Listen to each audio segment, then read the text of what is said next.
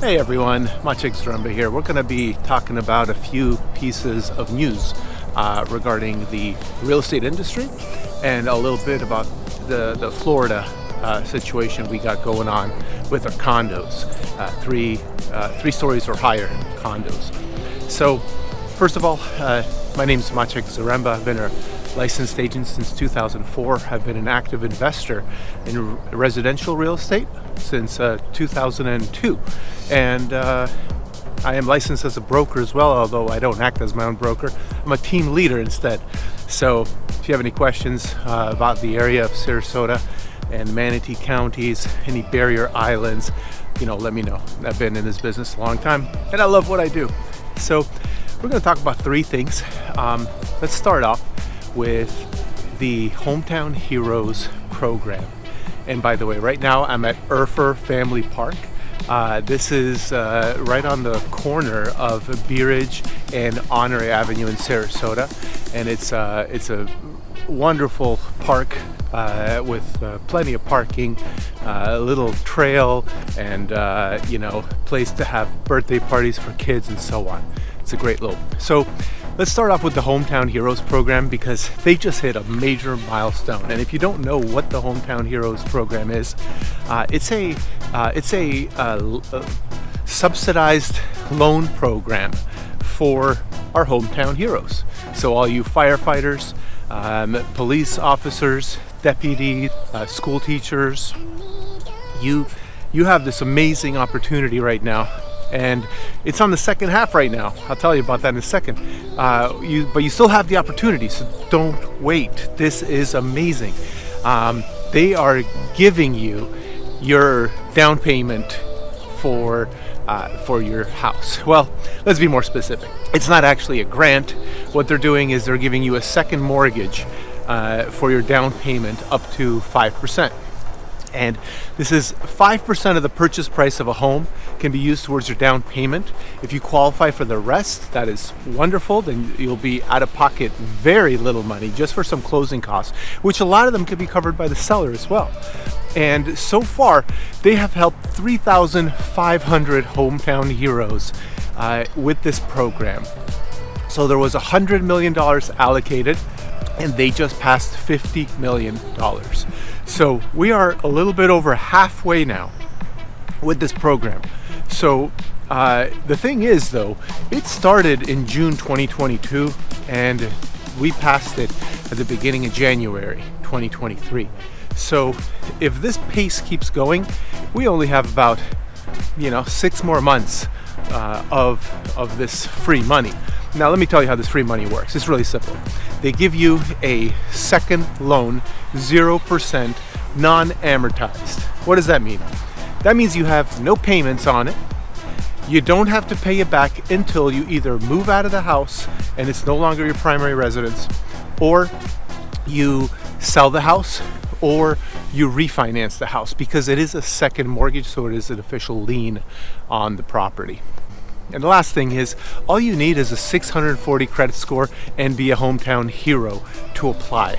So if you have any questions, please reach out. If you are a hometown hero, a police officer, a firefighter, anything, just reach out to me. If you're not sure if you qualify, please reach out to me. Just give me a call, 941-888-SOLD. All right, second piece of news I wanted to talk about was about our 3 stories or higher condo law that got passed back in May 2022 for the entire state of Florida.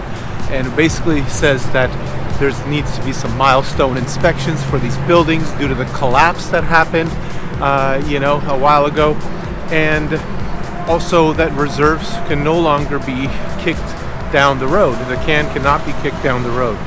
So the new law now forces the condo buildings to fully fund the reserves on certain items for repair. So this is still, even though it's law, it's not enforceable until 2025. But what I've started seeing just recently is that brokerages have begun using a new addendum for those condos, because They want to protect themselves, their clients, the buyers, everyone.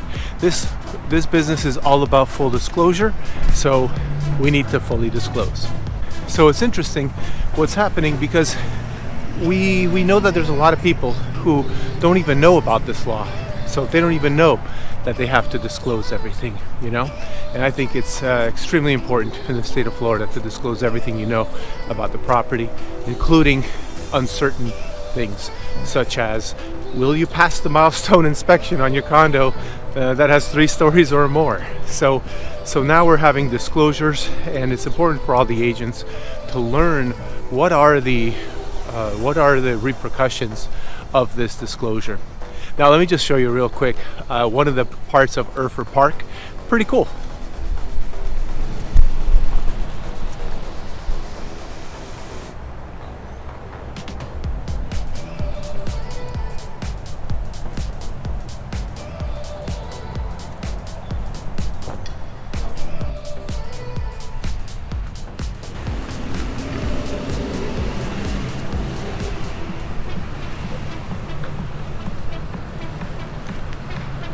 Now, lastly, let's talk about a couple of lawsuits that are, in the Supreme Court right now that may absolutely disrupt in a really bad way, interesting way. It might be good for some people. There's always winners and losers whenever major laws change, and disrupt that our real estate industry. So let me, I've took notes and wrote my thoughts on a specific article where they interviewed Jason Oppenheim from the Oppenheim Group. He's the guy on TV. The show is called Selling Sunset. It's one of these celebrity realtors. And, they talked to him and asked him about what he thinks the repercussions will be of if this Supreme Court lawsuit goes and fully changes the industry. What could be some repercussions, and he basically called it an Armageddon for our industry, which I think is a strong word. I wonder if they placed that word in his mouth or if he truly said this. But let me tell you what it's all about. One of the main problems that sellers face in the industry is that they are paying the buyer's agency commission. So it's a little funny, right? It's like, as a seller, you are paying another trained professional in negotiations to negotiate against you and your agent, who you're also paying. So, a part of me says, yeah, that's kind of weird. I understand, and I don't know if I agree with that at face value. But it's been going on like this for decades, right? So a disruption will disrupt fundamentally how business is done. So if for some reason they pass the law where buyers now pay their buyer agency commission and sellers pay their agency commission, what could happen? So here are my thoughts on what could happen. First of all, buyers will not pay the commission. They're just going to go directly to the listing agent. And now that opens up the can of worms of what kind of representation does this listing agent have. In Florida, we have 3 types of agency representations. We have a single agency, which is the best one, the most protection for the client. We have a transaction broker relationship, which is really all about the transaction, making sure the transaction gets to close, and not representing only the interests of the client. And third is a no representation, which is rarely seen, but I think it will be on the rise if that passes. So why? Because one of the things is buyers don't want to pay a professional the 3% that they deserve. And that's, subjective. Some people might say they don't deserve 3% for negotiating and opening doors and negotiating a contract.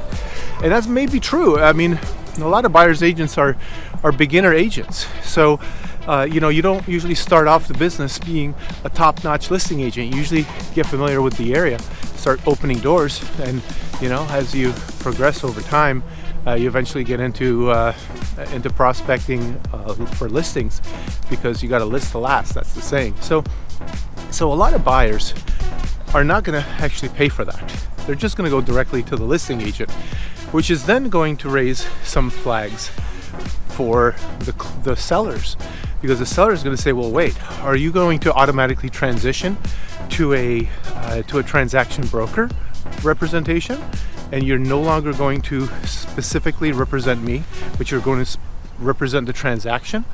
Or are you going to sign a non-agency agreement with this buyer, and now the buyer is not being represented, so they're signing this document that says, hey, I'm not representing you, but I'll help you. I don't know, So the buyers might get shafted, because the listing agent could easily say, well, we're not making repairs, we're not this, we're not that, and knowing that the seller would repair, because they're not representing the transaction, they're representing the best interests of their seller. So that's going to raise some issues. You never know, right? Because there are a lot of very ethical, moral, honest agents out there, and in my opinion, in my experience, there are more that are not. There is a element of inexperience that gets in the way, an element of desperation, where people need the money, so they just do what they got to do without crossing their own boundaries, which may be less strict than my boundaries. Look at this. This is the Pine Shores Trailer Park clubhouse fireplace. So this used to be a trailer park, I guess, and the clubhouse that they had a fireplace. They just got it right here. There's this big field right behind it. A lot of people play catch with their dog here, or frisbee. Super interesting. So the other part is that,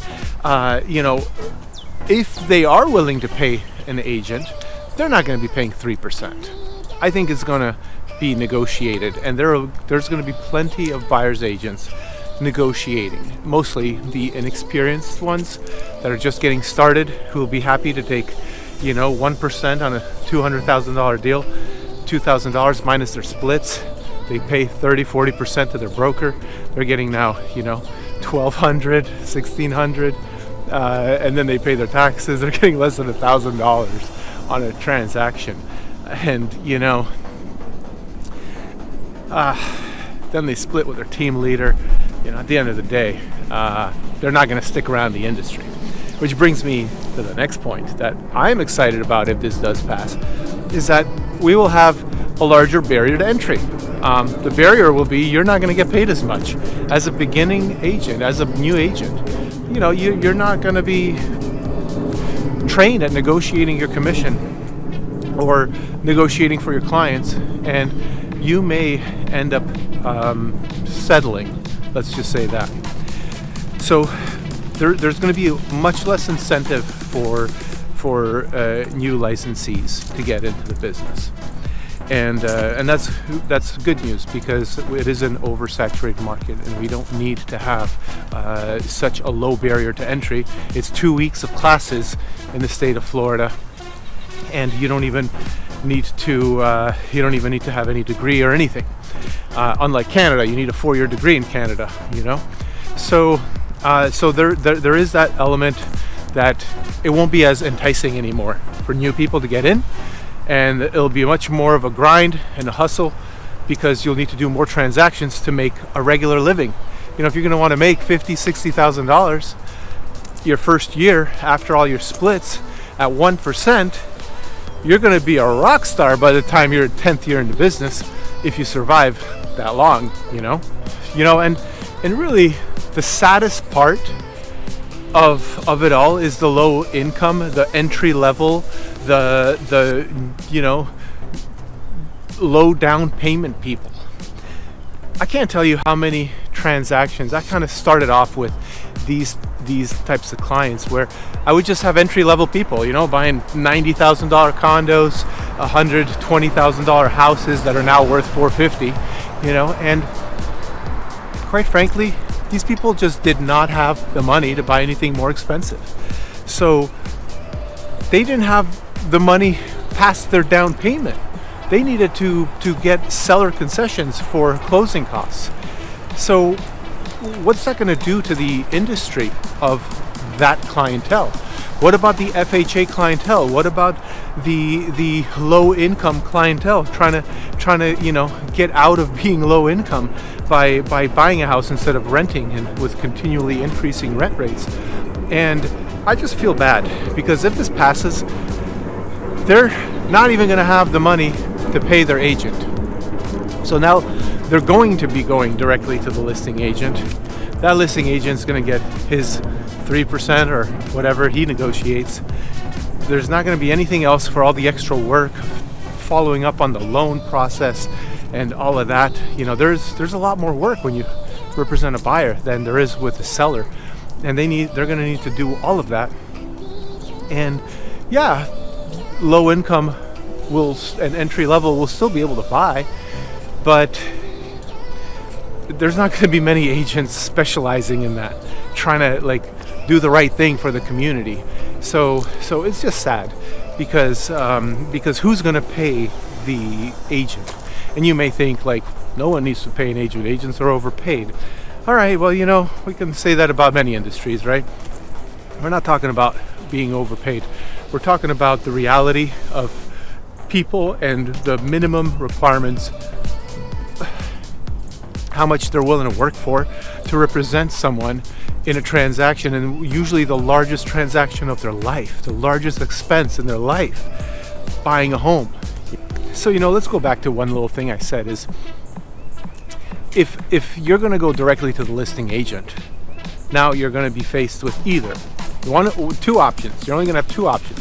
One is you're going to have non-representation. Two, you're going to have transaction brokerage representation, which is probably going to be more common amongst the less affluent, and non-representation will probably be more common with the affluent people.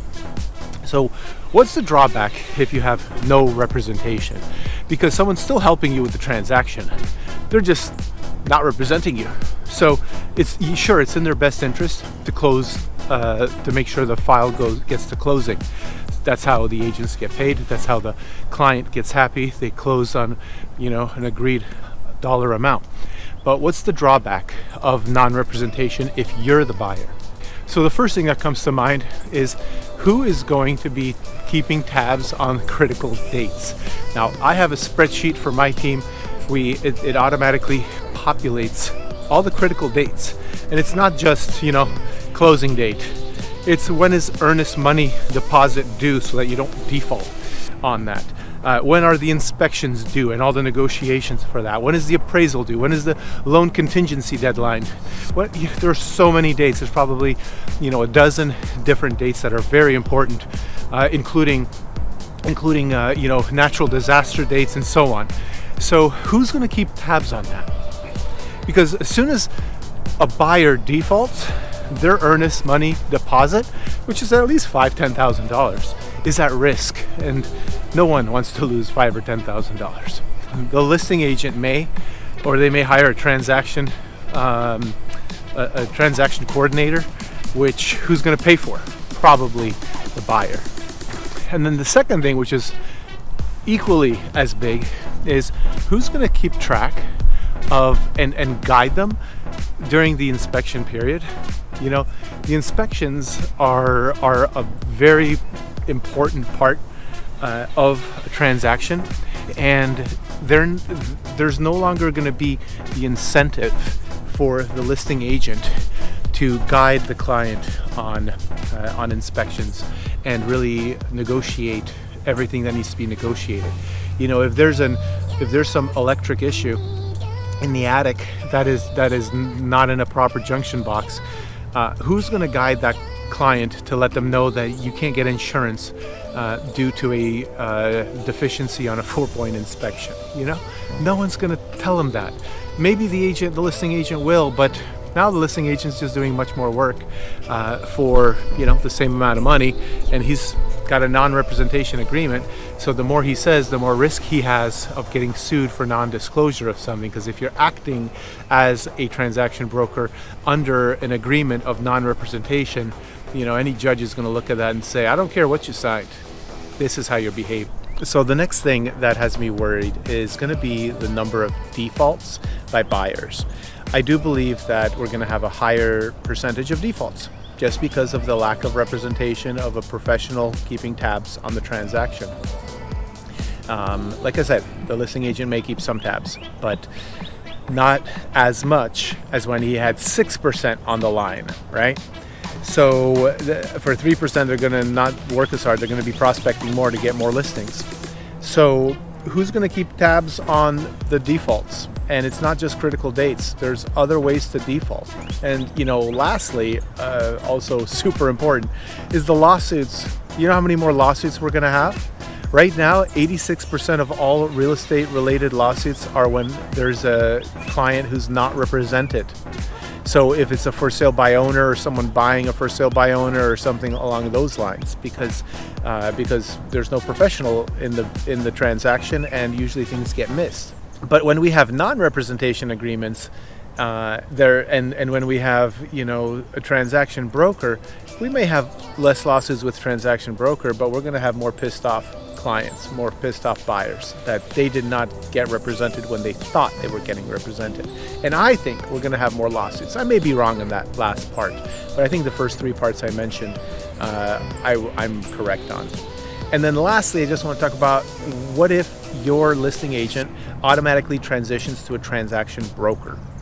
I think there's only really one big point on this, is that as part of the listing agreement, we talk about the single agency representation. We are your advocate, you are our principal, and we treat the transaction in your interest. That's why you're hiring us. And if we have language where we have automatic transition to transaction broker, then now we're in a position where we're no longer doing that. So we promised you something during the listing agreement, you signed, and now we're kind of flip-flopping on you. So that's not okay. The sellers will feel misled, is basically what's going to happen. Single agency is the gold standard. Transaction brokerage is what a lot of people do just to avoid lawsuits. But really, if you want full representation, call me. I'm a single agency representation type of agent. There's a lot of reasons why you want that. So, to sum it up for the sellers, they want a single agency representation. And if you're being told that the agent you work with is a transaction broker, you may want to Google and research the differences between a single agency and transaction brokerage and examples of why you want single agency, and you may not want to go forward with that transaction broker. So just want to say thanks for watching. My name's Maciek Zaremba. I am a real estate agent in Sarasota, Florida, and I specialize in investment properties and first-time home buyers, all types of things. It's all residential though. I don't do commercial. Give me a call. I've been an investor a long time. I've been an agent a long time. My number is 941-888-SOLD, and I'll see you on the next one.